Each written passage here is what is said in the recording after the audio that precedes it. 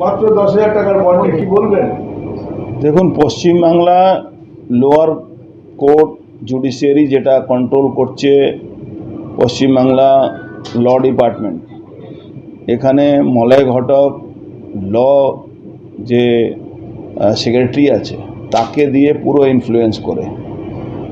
আর নিচে লেভেলে যারা ওই এসিজিএম লেভেলে যারা কোর্টের যারা জুডিশিয়ারি লোকরা আছেন তাদেরকে কন্ট্রোল করছে পুলিশ কমিশনার, এসপি, এরা কন্ট্রোল করছে। একে বলাই হয় পুলিশ কোর্ট। কিন্তু একটা অদ্ভুত ব্যাপার, আপনারা হয়তো জানেন না এই ব্যাপারটা। চন্দ্রনাথ সিনহার উপরে একটা মারাত্মক অভিযোগ আছে, দুর্নীতির সঙ্গে যুক্ত আছে, তার বাড়িতে টাকা পাওয়া গেছে। তা সত্ত্বেও তাকে চার্জশিটে নাম দেওয়ার পরে তাকে 10,000 টাকা, মাত্র 10,000 টাকা বন্ডের উপরে ছেড়ে দেওয়া হলো, পুরোপুরি ইনফ্লুয়েন্স করে। পুরোপুরি জুডিশিয়ারিকে মমতা ব্যানার্জি সরকার ইনফ্লুয়েন্স করছে ল সেক্রেটারির মাধ্যমে। আপনাদেরকে আরও একটা কথা জানাই, এই যে জ্যোতিপ্রিয় মল্লিক যে অ্যারেস্ট হয়েছিল, তারপরে বাকিবুর যে অ্যারেস্ট হয়েছিল, এরা সবাই ইডি মামলায় পুরো 100% ম্যানিপুলেট করে এদেরকে বেল দেওয়া হয়েছে। এখন ইডিকে বা সিবিআইকে বা এনআইএ যে মামলাগুলো আছে, ইমিডিয়েট পশ্চিম বাংলা থেকে হস্তান্তর করতে হবে অন্য রাজ্যে।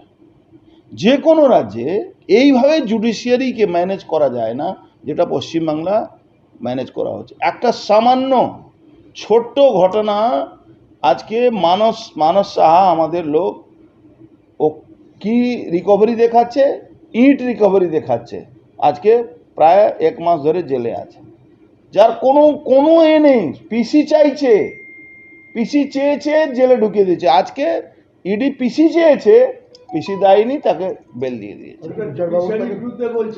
বলছি তো আমি, লোয়ার কোর্টে, লোয়ার লেভেলে পশ্চিমবাংলা যদি হাইকোর্ট না থাকতো, এখানে কোনো বিরোধী মানুষ বাঁচতে পারতেন না যারা সরকারের বিরোধী। কিন্তু লোয়ার কোর্টগুলো যাকে পুলিশ কোর্ট বলা হয়, পুরোপুরি ল সেক্রেটারি, আপনার ল মিনিস্টার মমতা ব্যানার্জির ইনস্ট্রাকশনে চলছে। বিচার ব্যবস্থাটাকেও পশ্চিমবাংলা মমতা ব্যানার্জি নিয়ন্ত্রণ করছে নিচে লেভেলে। বারবার বলছি, লোয়ার কোর্ট লেভেলে বিচার ব্যবস্থাকে মমতা ব্যানার্জি কন্ট্রোল করে।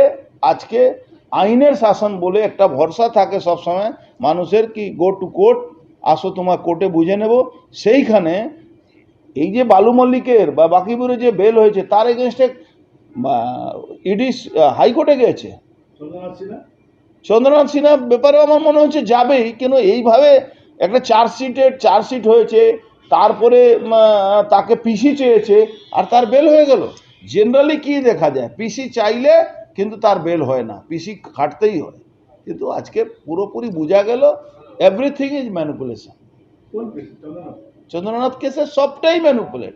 পশ্চিমবাংলা যত চোররা, যত মন্ত্রী আমলা যারা এই চুরি কেসে যাচ্ছে, যারা চুরির সঙ্গে যুক্ত আছে, যারা দুর্নীতির সঙ্গে যুক্ত আছে, টোটালটাই নিচের লেভেলে কোর্টটাকে ম্যানিপুলেট করা হচ্ছে।